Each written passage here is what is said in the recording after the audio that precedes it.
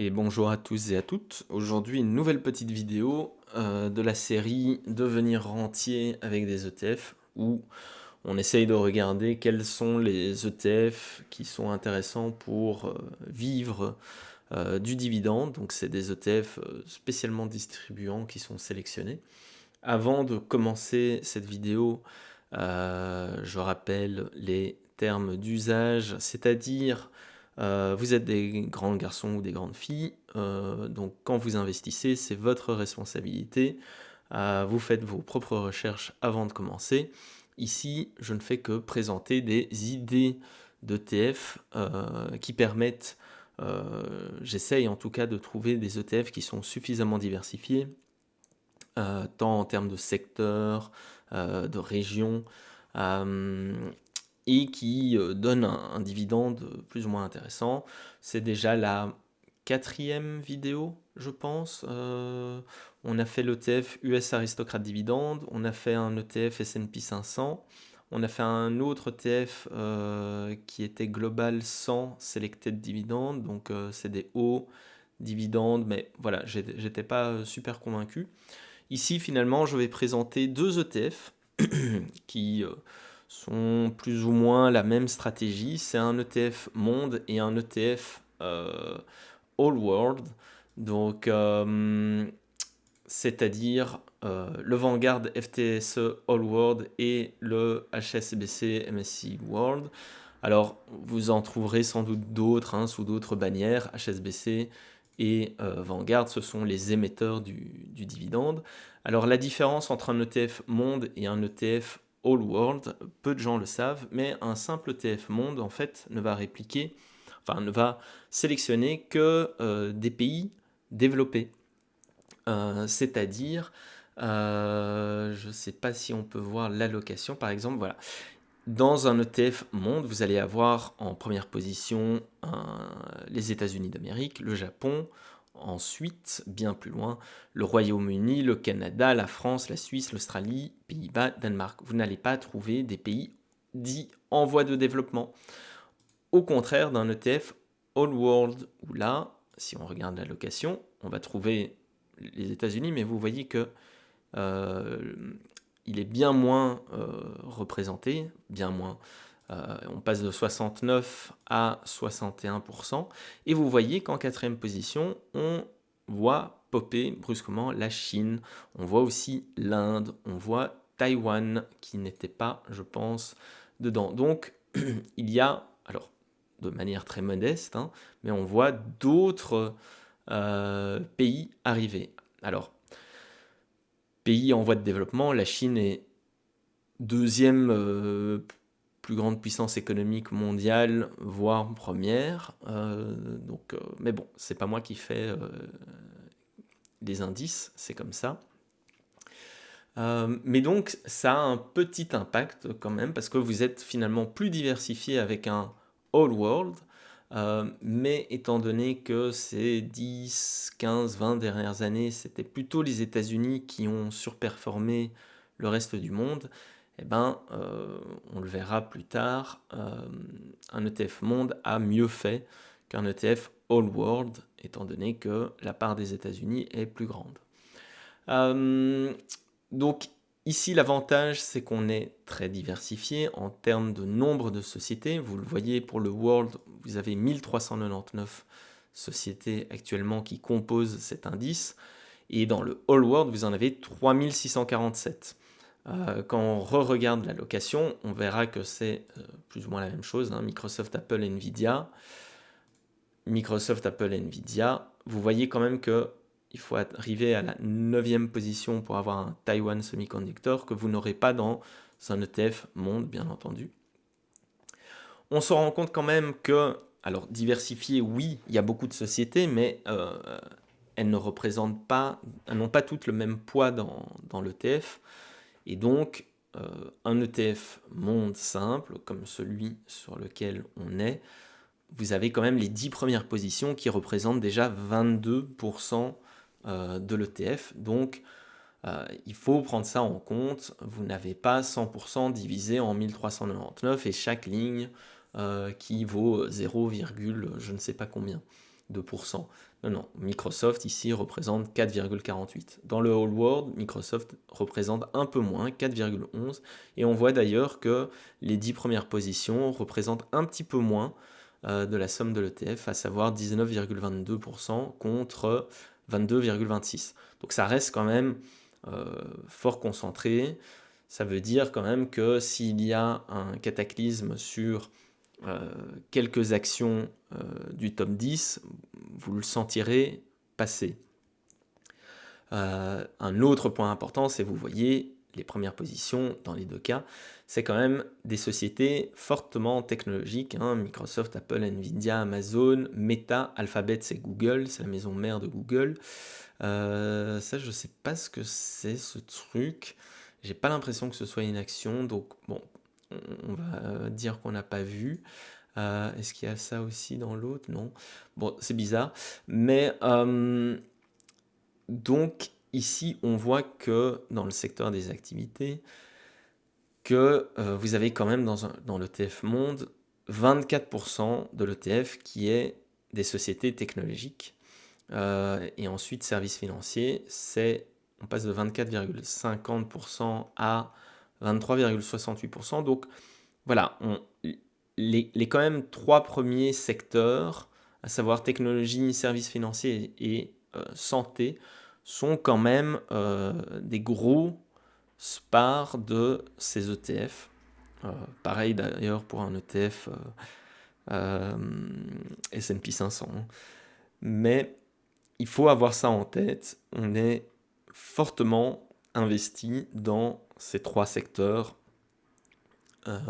Et donc, si par exemple, je sais pas moi, il y a un shutdown technologique, enfin bon, voilà, ça pourrait quand même fortement peser sur votre capital. Donc, on en revient maintenant à ce qui nous intéresse, à savoir la distribution. Alors, dans les deux cas, on a une distribution 4 fois par an. Souvent aux États-Unis,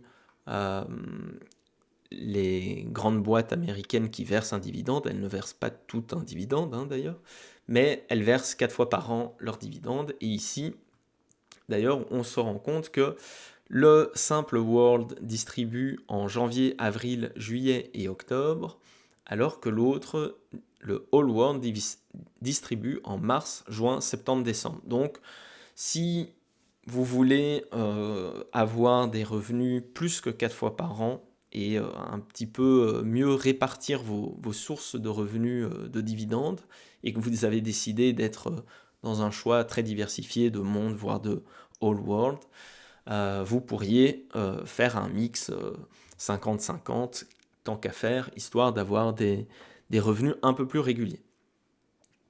Alors pour le Simple World, on voit que le rendement est de 1,47% actuellement, vu le prix de la part.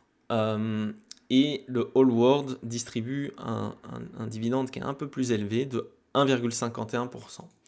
Donc vous mettez 100 000, vous allez toucher 1470 € par an pour le monde, et vous mettez 100 000, vous allez toucher 1510 € sur le Whole World.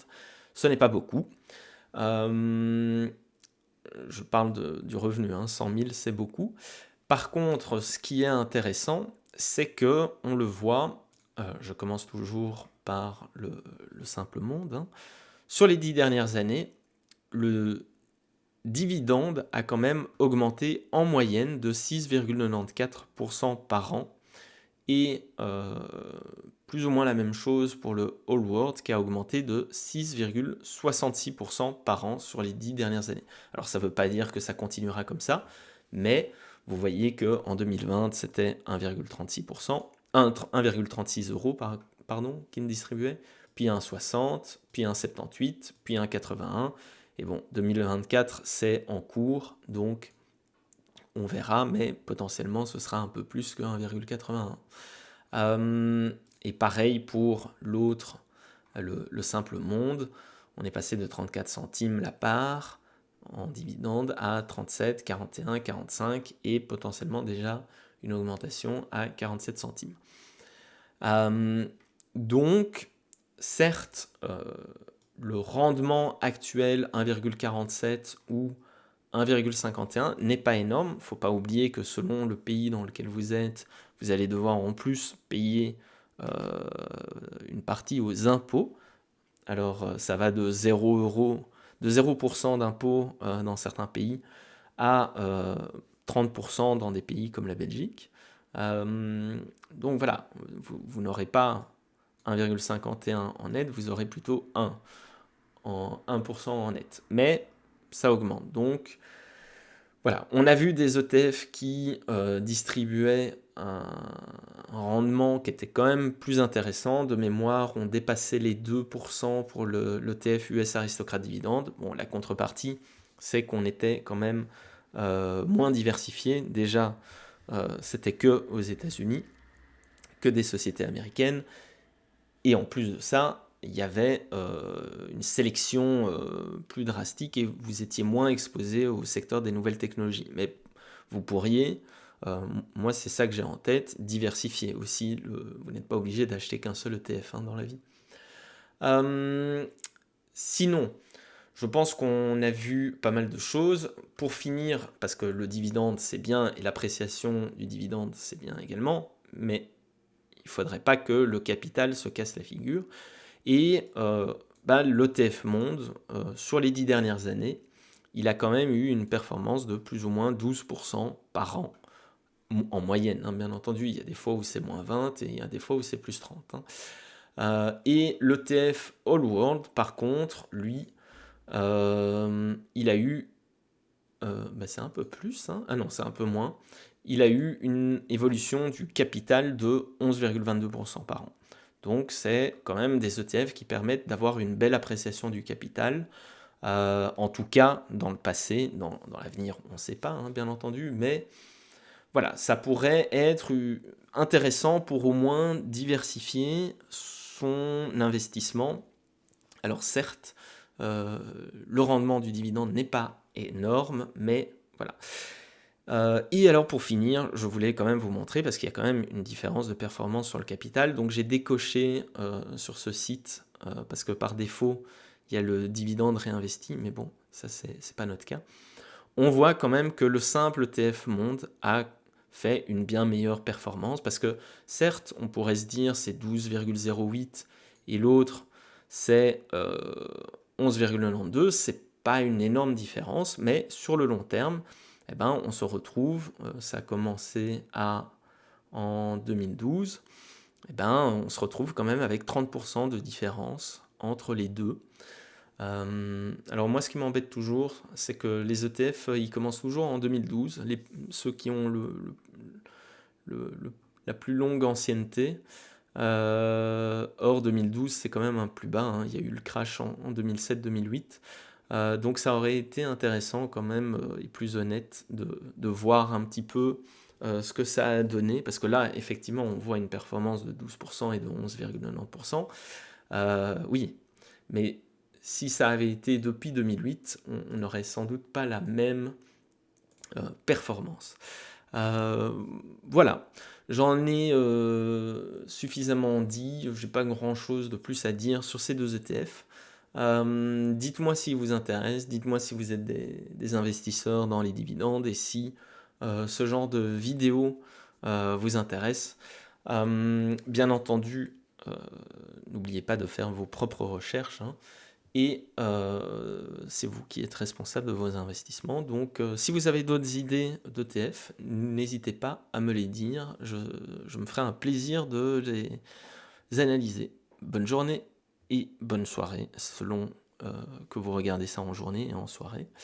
Et je vous dis à bientôt.